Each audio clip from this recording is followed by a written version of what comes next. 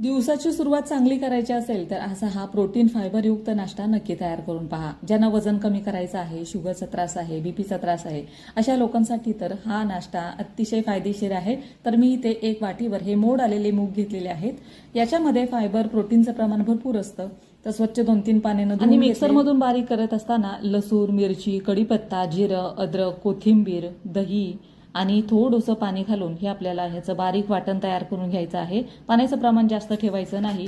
आता हे एका मोठ्याशा ताटामध्ये मी काढून घेतलेलं आहे. ह्याच्यामध्ये 1 वाटीवर ज्वारीचं पीठ, 2 चमचे गव्हाचं पीठ, 1 चमचा बेसन, आता लाल तिखटामध्ये लाल तिखट घेतलेलं आहे, 1 चमचा धना पावडर, हळद, गरम मसाला, मीठ, सफेद तीळ घेतलेले आहेत, कोथिंबीर घेतलेली आहे मुठभर, कांदा बारीक कट करून घेतलेला आहे आणि त्याच्यानंतर थोडंसं आपल्याला इथं तेल घालायचं आहे. आता पाणी न घालताच हे आपल्याला घट्टसर ह्याचा गोळा तयार करून घ्यायचा आहे. लागलं तर थोडंसं पाणी तुम्ही इथं घेऊ शकता.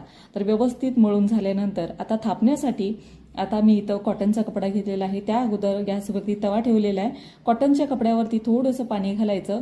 व्यवस्थित असा गोळा तुम्हाला हवा त्या आकारामध्ये करून घ्या आणि हाताला थोडंसं पाणी लावून हे छान असं पातळ आपल्याला हे थालीपीठ थापून घ्यायचंय.